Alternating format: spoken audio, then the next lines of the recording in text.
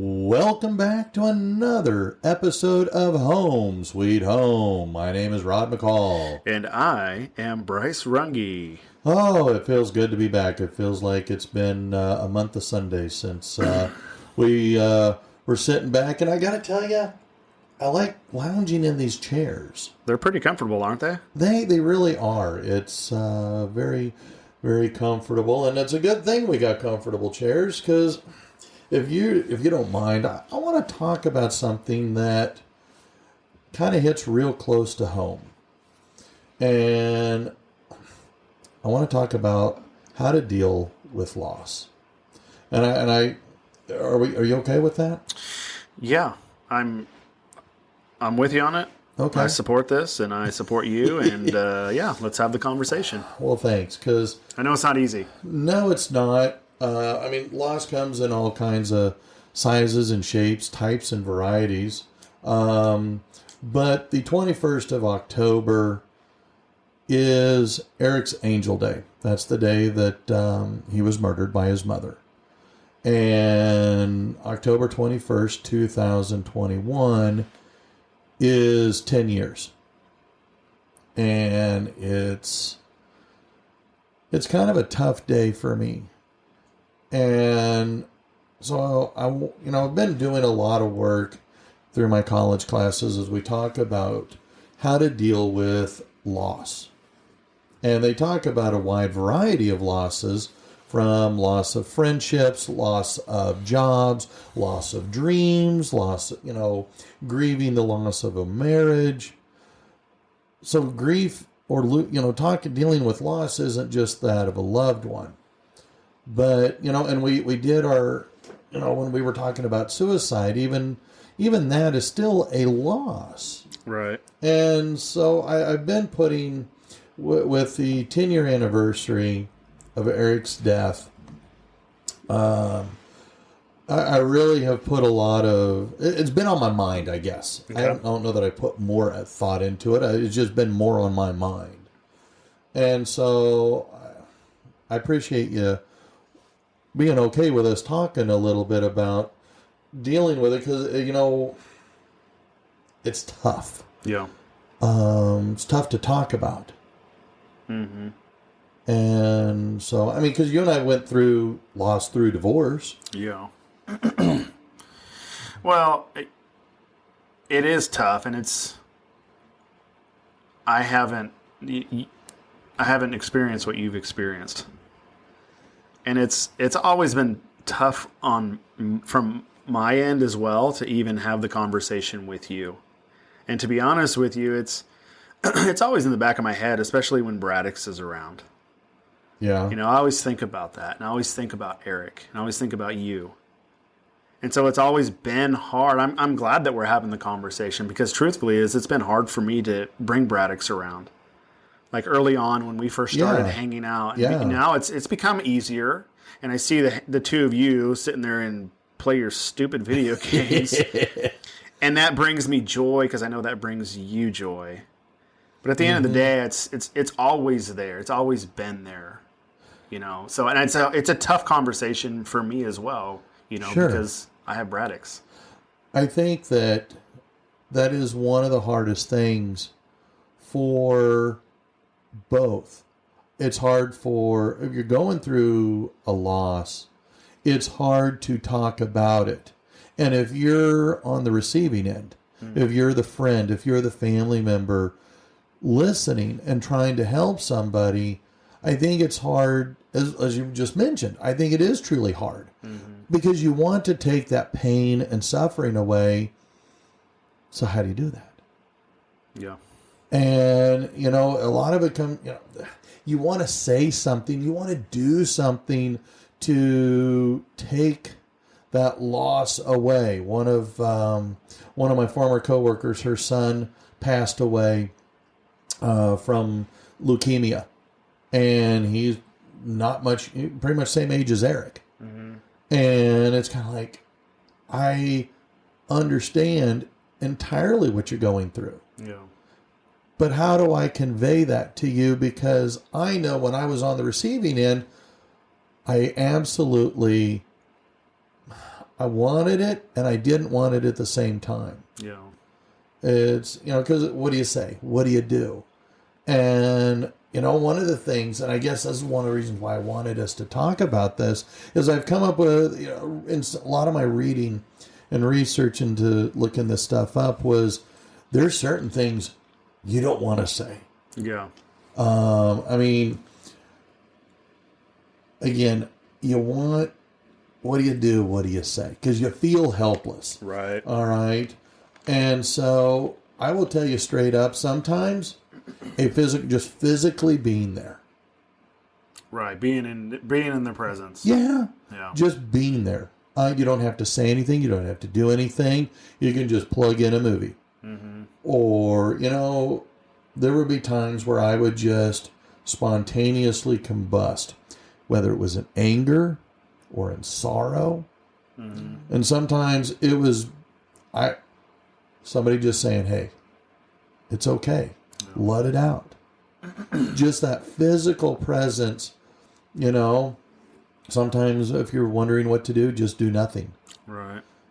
I will say, being Catholic and growing up in a Catholic family, whenever things would happen, my mom would always say, well, you know what, that's God's will. Right. When my mother told me that after Eric died, I wanted to go, how in the hell is it's God's will that 10 days shy of his 8th birthday, his mother murders him? Yeah. How is it God's will that my friend loses her son to leukemia? Mm-hmm. How is it God's will that I lost my marriage?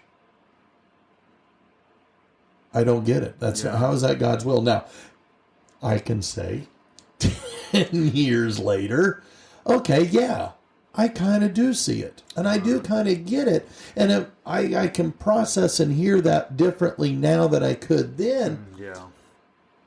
But, don't, at that time, that's not the right thing to say. Yeah. Anything that, God's will or, well, God doesn't give you more than you can handle. Right. While there may be a lot of truth to that, that's not the time and the place to say it. Yeah, they're not. The person grieving isn't. They're not. I don't want to say they're not all there. They're a ball of emotions. Yeah. And again, we don't know, right? This is what happened. Mm-hmm. There's tragedy happened, loss happened. I wonder if people they don't know what to say, so they go to that, and then that kind of makes things worse. Like you were saying, being there. It's something that I teach on, and I use a mourner's, what is it called? Bill of Rights. Okay. It's a mourner's Bill of Rights, and so they have the right to be mad at God. They have the right to, if they have that faith, they have they have the right to be mad. They have the right to go through the list of rights that they have, like to go through all those things. And something that I teach on: don't argue with anyone. Right? If you have nothing to say at all, just don't say anything. Be in their presence. Let them vent. Let them vent. Let them cry. Let them punch a pillow. Let them go. Let them grieve. You can't fix it. You can't solve it.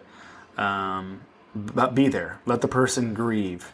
Is it our nature to want to fix things? Yeah, I think so. I think, it's maybe well intended, but I don't know. It's wrongly. I like that you have that grieving Bill of Rights, so to speak. Is that what you call it? Mourner's Bill of Rights. I've not heard of that before, but I think that is fantastic, and it does. I mean, I like, it is. You're absolutely right. Let them vent. Yeah. Because one of the other things that I remember somebody trying to tell me, And it really drove me up the wall. And that was, well, you know what? Be thankful for what you do have. Be thankful for the time that I had with Eric. Yeah. Be thankful for the years of happy marriage you did have. I just want to say, kiss my grits. Right. I don't want to hear that. It's another one of those things that, you're right, it's a platitude that pops into our heads that we say. Mm-hmm.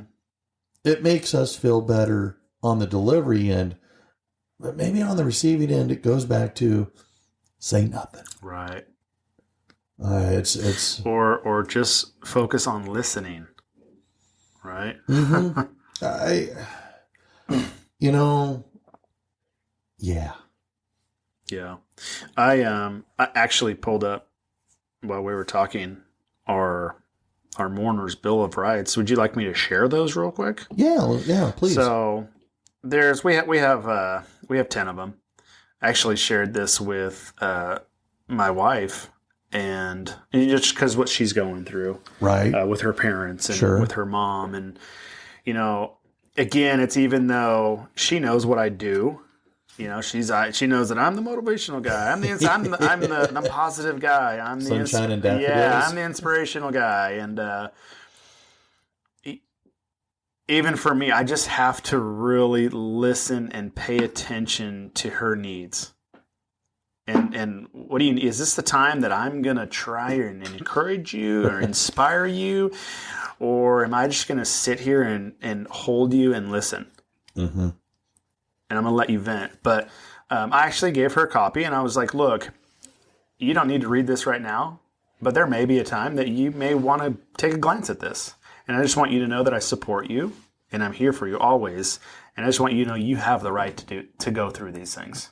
Okay? And, I'll be here with you. Anyway, so you have the right to experience your own unique grief, right? So everyone's going to experience it differently, right? You have the right to talk about your grief. You have the right to feel just the multitude of emotions that you're going to go through, because you're going to go through it. Sure. You have the right to be tolerant of your physical and emotional limits. You have the right to experience grief bursts, we talk about. Oh, yeah. You have the right to make use of like a ritual, if you will. Funeral rituals does more than acknowledge the death of a loved one. You have the right to embrace your spirituality. You have the right to search for meaning. You have the right to treasure your memories, and you have the right to move toward your grief and heal. And so those are the things that we talk about. And maybe you experience all 10 of those. Sure. And more than once, and in, you'll visit them many times again and again. Right. I love that. That is really neat. Wow. I'm glad you shared that. And that's really neat that you're sharing that with your Hope Squad kids, because I think that is something that is really hard to we deal with loss. Mm-hmm. And when you're an adolescent, it's tough as an adult. Mm-hmm. Okay. I was 42 years old when Eric died, and I was a white hot mess. I was a white hot mess for years. And I didn't realize how much of a white hot mess I had been. Because for me, it manifested in a lot of anger. Mm. I know that probably surprises you, as calm and cool and collected and mellow yellow as I am. But really, no laughing on that one. Okay, no, sorry. But I was okay. As I look, you're rolling your eyes, going, "Holy crap!" Anyway, my first year teaching after Eric died, I was grateful to have a job, and I loved being back in the classroom. But it was several years later, after that first year, I was talking to one of my coworkers, and she taught across the hall from me, and we both started at the same time. We were both teaching the same group of kids because I was AP Gov and she was AP Econ. And we were talking one day after school, and I told her, I forget how we got on the subject, but she said, I've noticed that you're a lot less angry than you were that first year. She said, I was kind of worried about you. Yeah. And that was my first indication that I was. I remember being on edge all the time. And it was, so when you sit in there about, you're going to grieve at your own pace, that you're going to, and we talk about this in our divorce group, because again, divorce is another kind of loss. But when you're an adolescent, well, your reference points are a lot different. And sometimes the loss of a best friend, can be extremely tragic. The loss of a first love, that boyfriend, girlfriend. Oh, and so, and it's very common I think as an adult, as a parent, to minimize the child, our kids going through their own version of loss. Right. And so maybe, again, it's very interesting. As I've taken a bit of a deep dive looking into this, and the idea that if we're struggling with these kinds of things of adults, or as adults, how are kids dealing with it when they have a lot less experience? Right. We went through a training the other day, and it was extremely insightful. And something that I had pulled, something that I really absorbed was they were talking about adolescents, kids, and how this whole frontal lobe, it doesn't really get developed in the mind until they're 25. Yeah. Something like that. And how, we question kids. Like, I asked Brett, what were you thinking?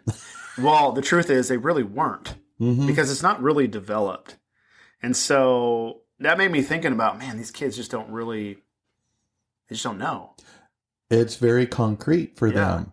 An abstract thought is one of it starts to develop by the time they get into late middle school and into high school. Yeah.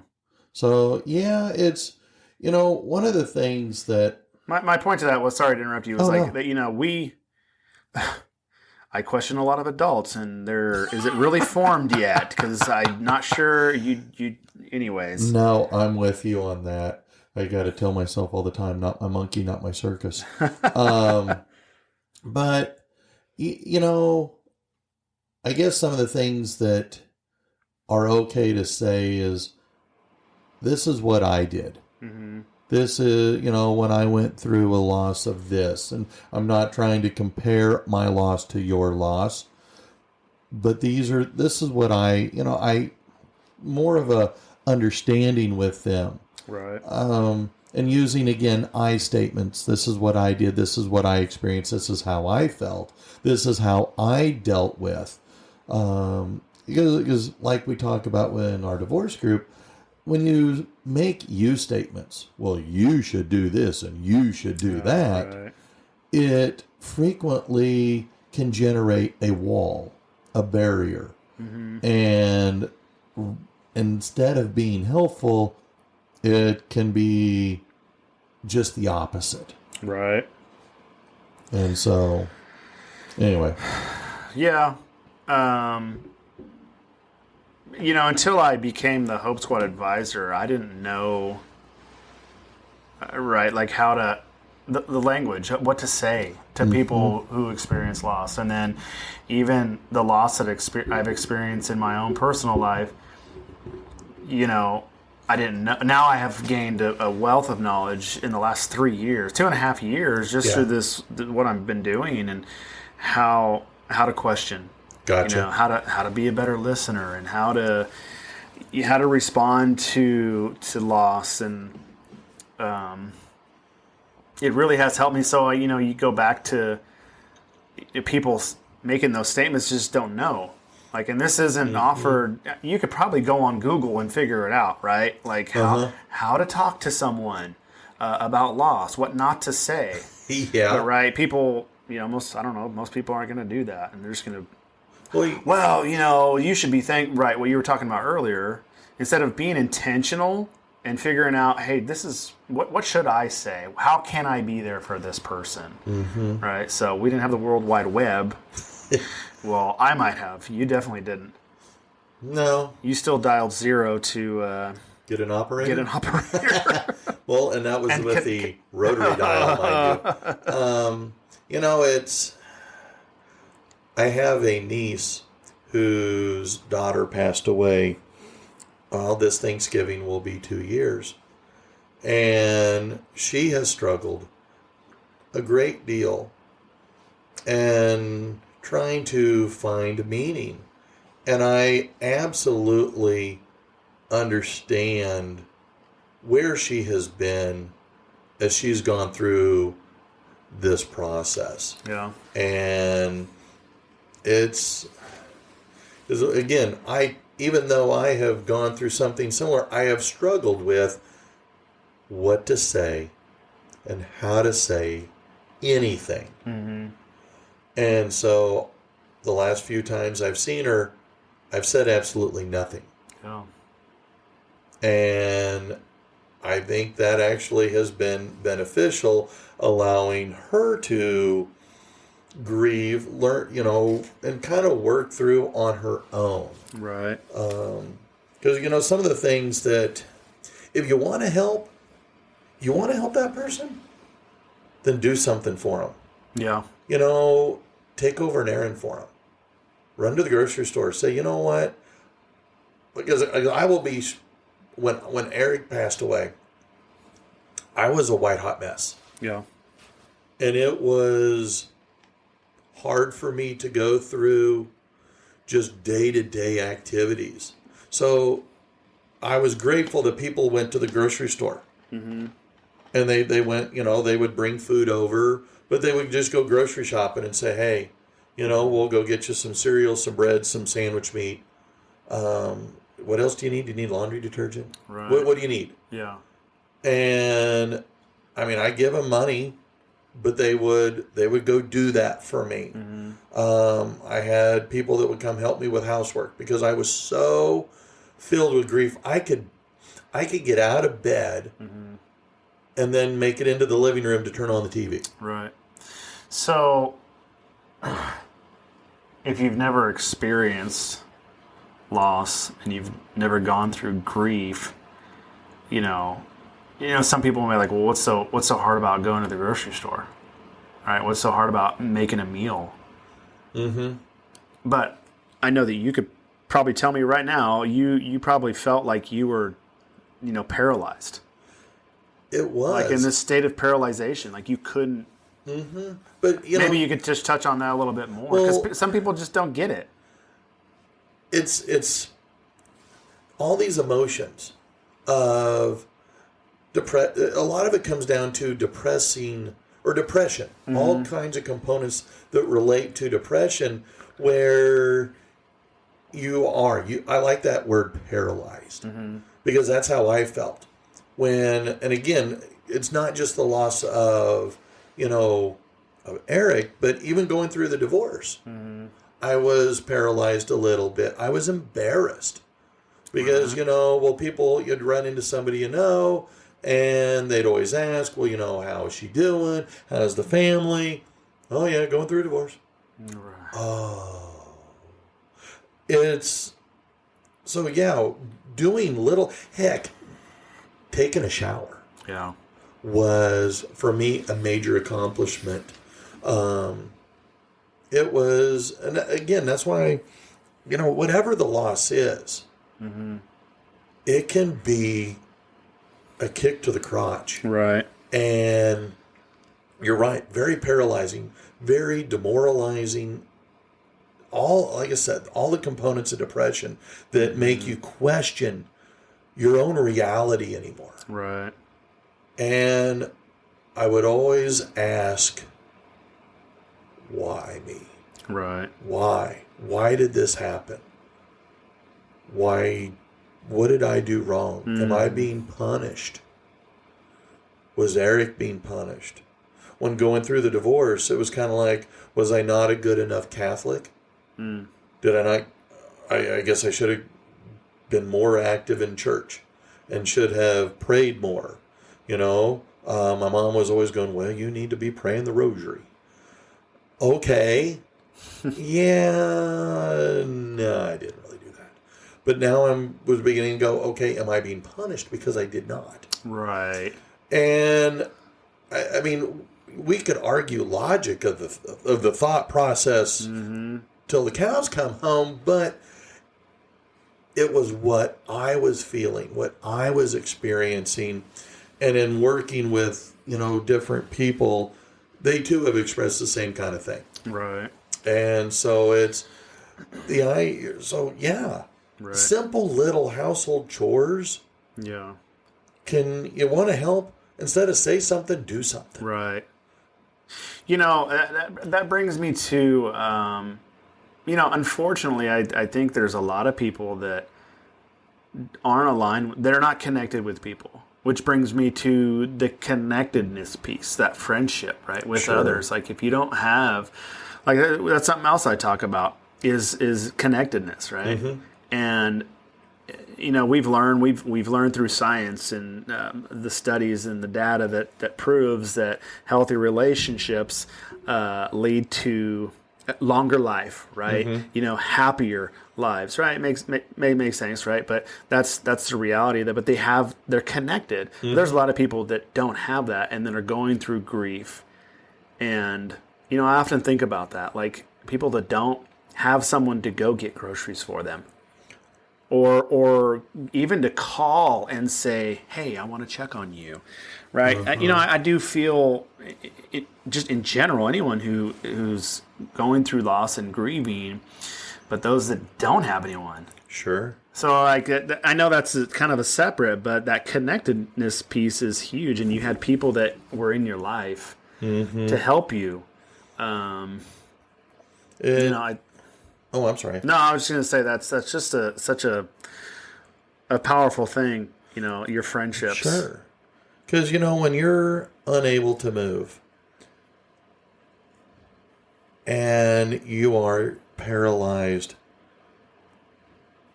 your spouse needs help. Your other kids need help. And you can't, you know, so in your own grief you ignore, well, that's where, as a friend, as a family member, step in. You know, go pick the kids up from school. Right. Or take them to school, the other kids, you know, whatever it may be. Help out. Just be a substitute fill-in, not taking over parenting roles and responsibilities, but just being another adult to help the other family members, you know, help that family in other ways, so that way, you know, it's not just, it allows the others to process their grief on their terms in their own way. Right. You know, when you're doing that stuff for an individual who's grieving, gosh, it's huge for them. You know, especially on their road to recovery. And it may seem simple, but you know, like with going up to my in-laws. You know, like Braddock and I went up there, you know, several months ago.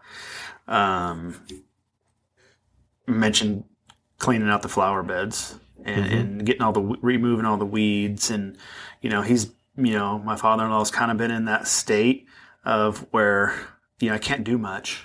Granted, he is old. He's older, right? He can't get around much, but you know, with what he's going through and with, you know, his wife and it's kind of like in that state of paralyzation, and you know, simple things like I can't even take the trash out. I can't even go get myself food. I can't go take a shower. Not that you can't, like you can, you physically can do it, right? But it's, and again, you've been there, Mhm. right? It's extremely hard. Taking a shower, that's their big win for the day.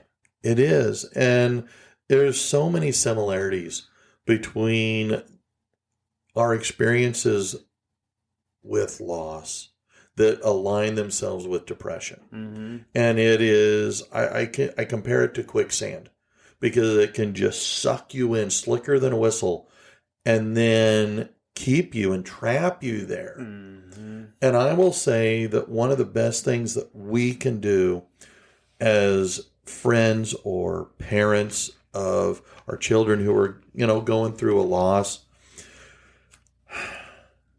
I will say that some of the best things that happened is when people would come over and say, hey, I'm going to be over there this afternoon or this evening. We're going to watch basketball. Because when Eric, and again, this took place at the end of October. So college basketball was about to begin.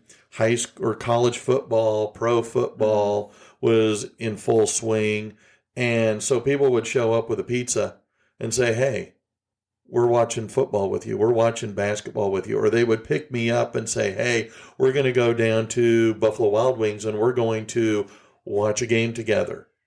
Yeah. I mean, they would, I would have people come with me. I have a good friend that he now lives in Florida, but we went down and watched, Mike Greenberg and Mike Golick when they used to do ESPN radio in the morning, Mike and Mike. We went down to the American Airlines Center and we watched their program, these are the kinds of things that people did for me. They came and they said, we're going to sit with you.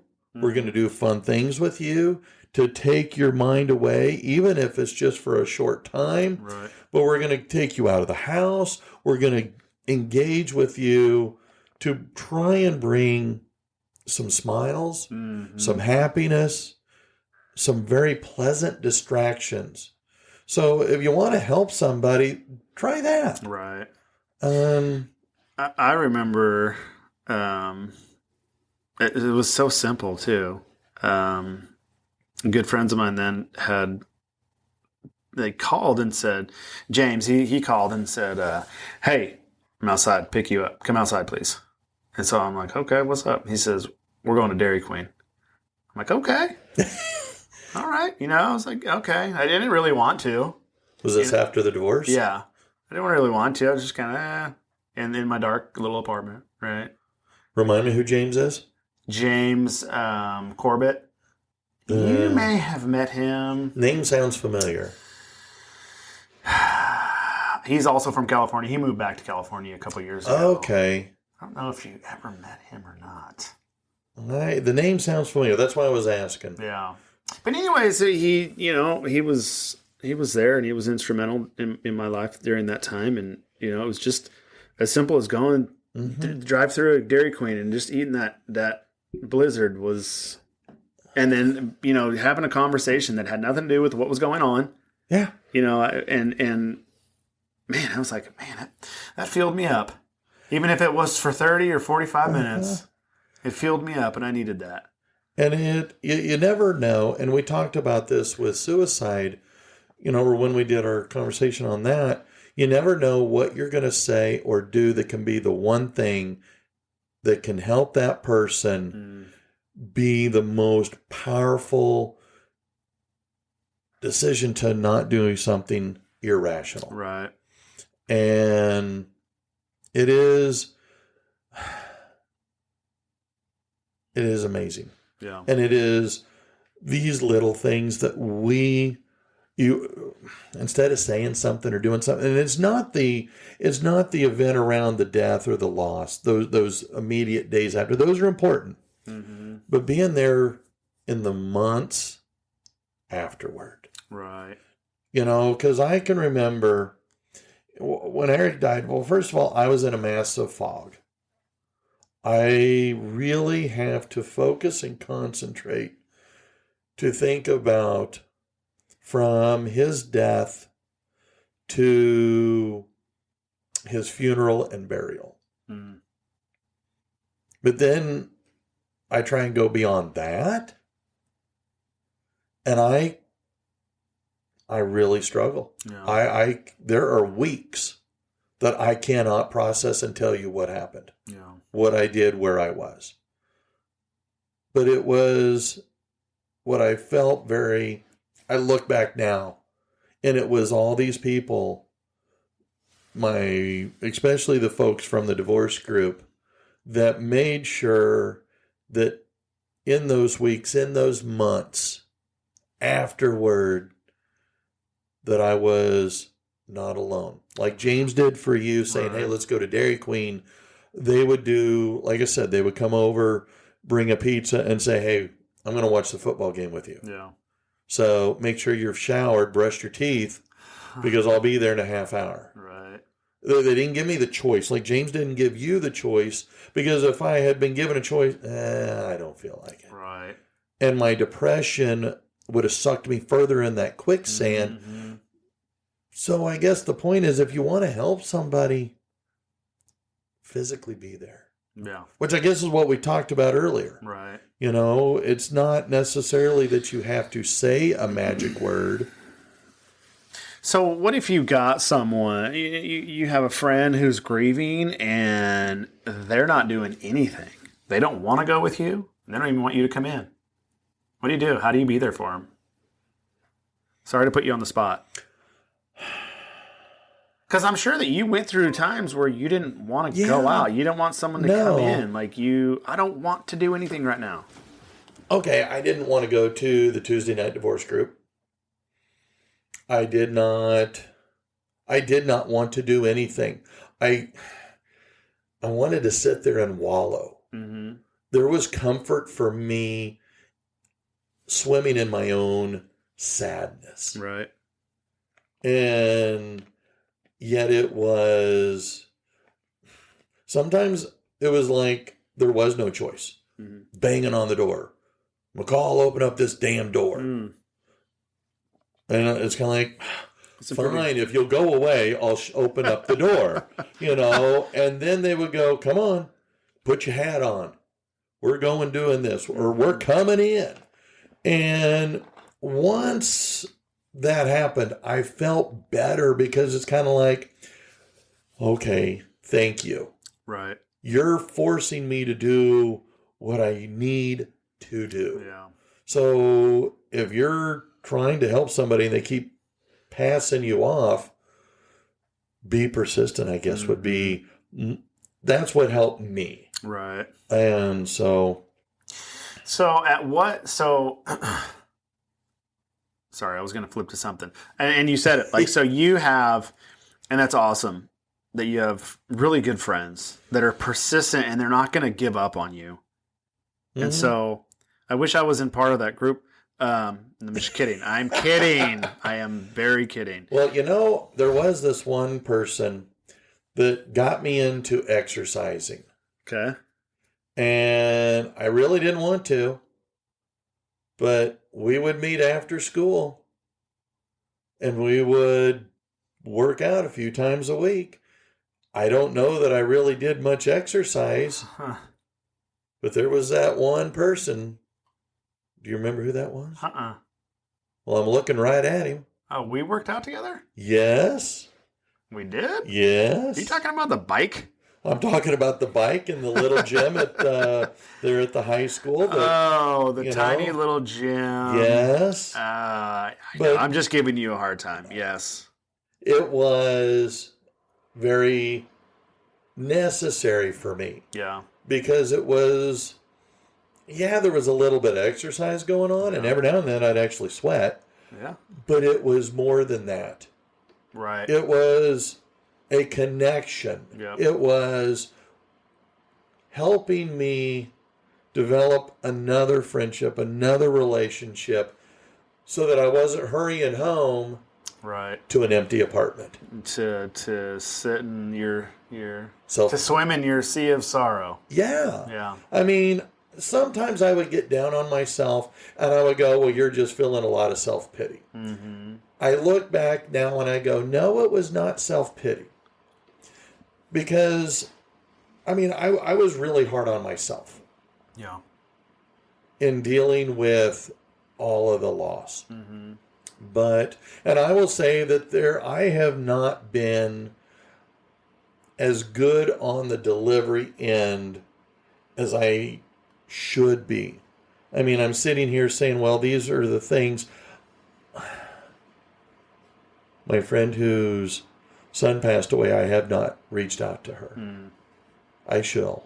In fact, as soon as we're done here, I'm going to send her a text and just say, hey, I'm thinking of you and I'm sending prayers to you. Right.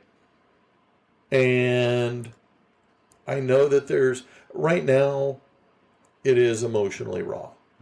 But I know that maybe over the Christmas holiday, I can pop down to their house and, maybe hand deliver a Christmas card. Right.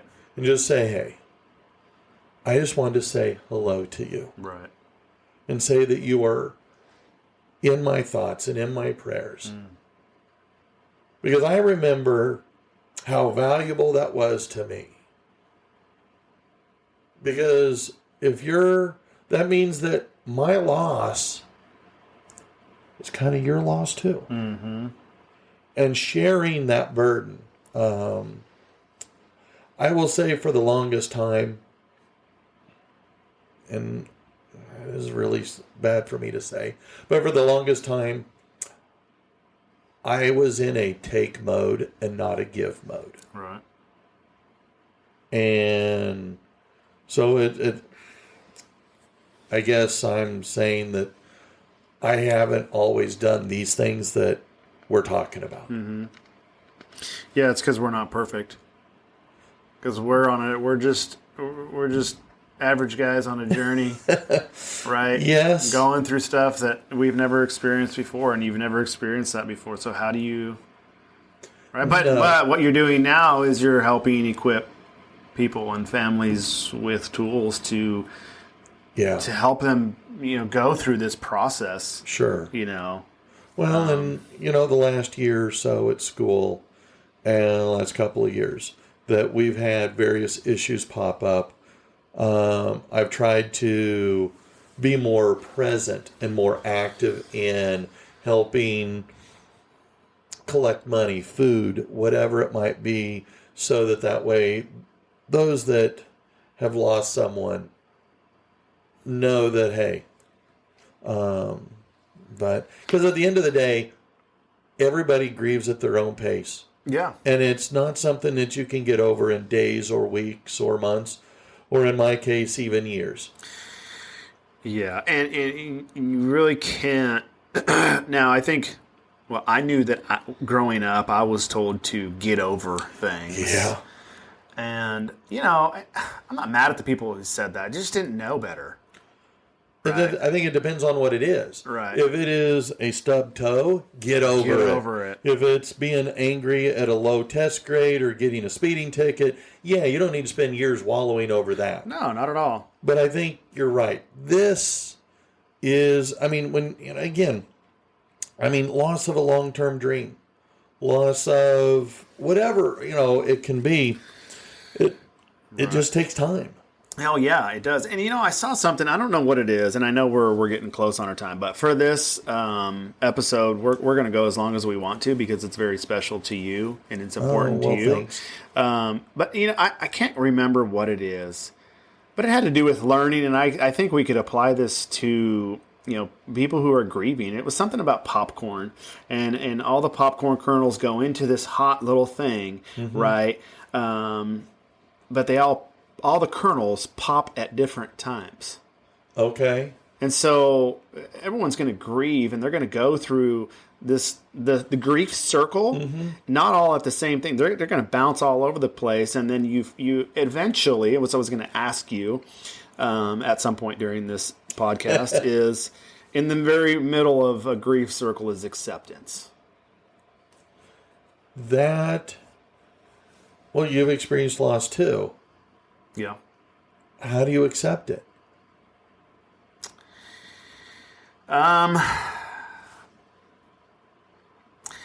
I think maybe that goes back to something that I even sent out this morning in my wake up call. Maybe facing reality. This is the reality of the situation.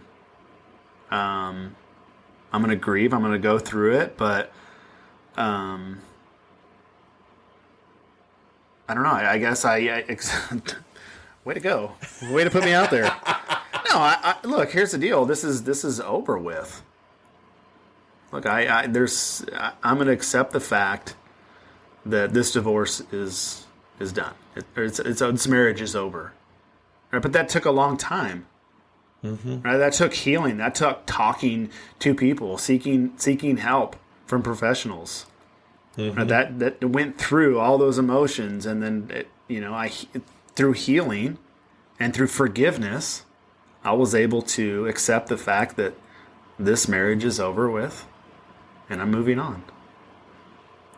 I don't know if that's the right answer. No, I don't know if there is a right answer. But thank you. I think I went through some of the same thing. We talk about in our divorce group with, the loss, that your ability to, when does the divorce recovery really begin? When you accept that it is over. Through my mess of divorce, I lost family. Mm-hmm. I lost her brother, who we were pretty close. Her dad, who I really enjoyed. Mm. I lost my idea of what marriage was going to be, my life was going to be. I lost my job. Right. Because of her false allegations. So therefore I lost my work friends. I lost my contact with the students. Though I will say that after Eric died, a whole bunch of them let me be their tutor, or they came over to the apartment to say hello. Oh, cool. So that helped. But I lost my freedom, my reputation, because of the false allegations. I lost Eric. I felt all those things. But slowly over time, they all kind of came around. Mm-hmm. The criminal things resolved themselves first. The divorce, I think, came second, when it probably took me maybe a year. Yeah. I was glad to be rid of her, who she had become. Yeah. Who I thought she was, I still felt was possible. Now, knowing more about her personality, yeah, that ship had sailed a long time before. So, but it's taken years. Yeah. It probably wasn't until I wrote the book that I fully was able to accept Eric's gone. He's, in the months after his death, I always felt he'd come through a door.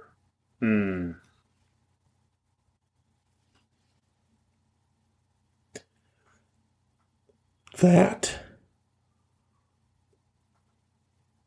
coming to terms with that,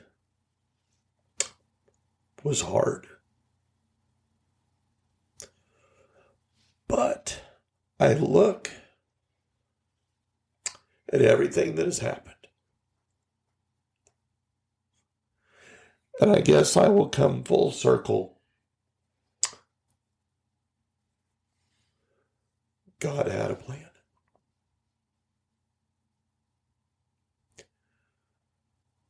It was one heck of a sacrifice.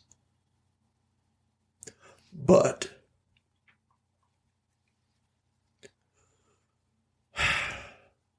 I'm a different person. I see things differently. I act towards other people differently. It changed my life. So I guess, yeah. I wish God had taken a different form of message delivery.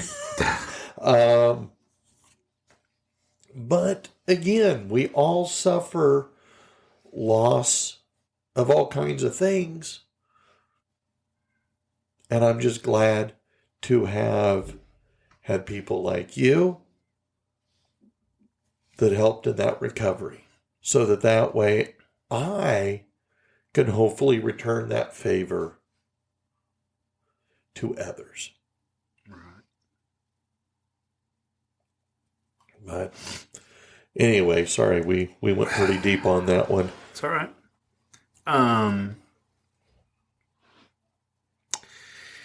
Yeah, we're, no, I just, something in just listening to you,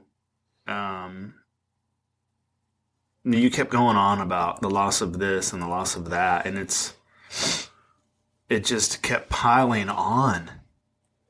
Uh-huh. And it wasn't just the loss of the marriage, right? Yeah. And then the job, and then Eric, and then friends, and you start stepping back and you seeing things from a different perspective. Like, holy crap! It wasn't just the one thing the loss that you experienced, right? There was a multitude of losses, in that very short period of time. And I guess that's, when we talk about losing something that we hold dear to us, there are so many consequences that surround that. Right. That others may not always really grasp or understand or appreciate. And it's not something that you can explain, I don't think, very well. I know I sure couldn't. Yeah. It was something that, it's like so many things, you just gotta go through it to get through it. Yeah. And you can't short circuit it. You can't bypass it. You can't jump over it. Mm-hmm. You just have to make your way through. Right. And if we're saying anything at all, just be there. Yeah, and the last question I have for you is, through grief, would you say that it's empathy over sympathy? I think so, yes. For me, now, on this side of things, right, I am more empathetic. I can feel what that might be like for that person. Maybe not apples to apple comparison, but yes, the idea that when you go through loss and recovery from that loss, then I think it's easy to apply those lessons learned. Because if your loss has been again, loss can be, like I say, many different things. And I think there's levels of loss. And when you are 14, 15, 16 years old and you lose your first love, that's the end of the world for you, because that's your reference point. And I guess that's why, as adults, we may look at our children and go, oh, please, there's going to be more crap than that you're going to suffer loss from. Get over it. Yeah. But at the time, when you're 15, 16, whatever it is that you have that first loss of that first serious boyfriend or girlfriend, that is the end of the world. Yeah. But when I think now I can be more empathetic, so that way when that does occur for, my nieces and nephews, who a lot of them are now getting old enough, they're dating.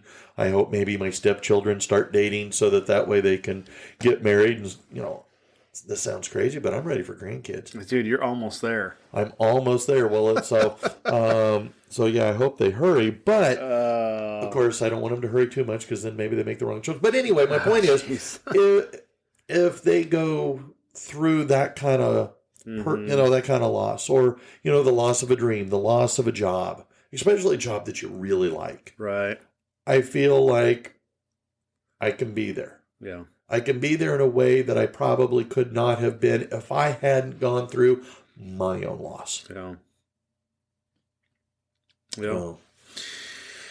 Well, I should have put in come up with a funny joke. Oh, speaking of funny joke. Okay, so here's this.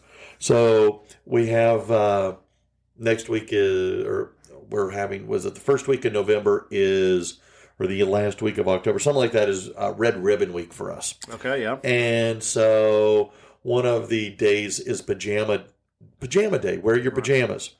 Well, I'm reminded of a Minion thing that says that, I got fired from work today because I wore my pajamas to work. Well, I sleep in the nude. So it made me laugh. I think so. Again, maybe not the most appropriate joke to end on. So I apologize. Here, I'll end on a better one. What do Winnie the Pooh and Alexander the Great have in common? No idea. Their middle name. So, folks, we'll be here all day. Our dad jokes, yes, they are lame. Hey, speaking of dad jokes, you know where all dad jokes are kept? No. On a base. Oh my goodness. Boom. Okay. All right. We're really out of here. Welcome back to Home Sweet Home. We're season 2, kicking it off with how to deal with loss. And remember, everyone is going to grieve at their own pace. They're going to go. It's unique to them. You have the right to mourn the loss, and you have the right to go through many different emotions and yeah. And if you want to do something to help them, just physically be there. Right. Until next time, I'm Rod. And I'm Bryce. See ya. See ya.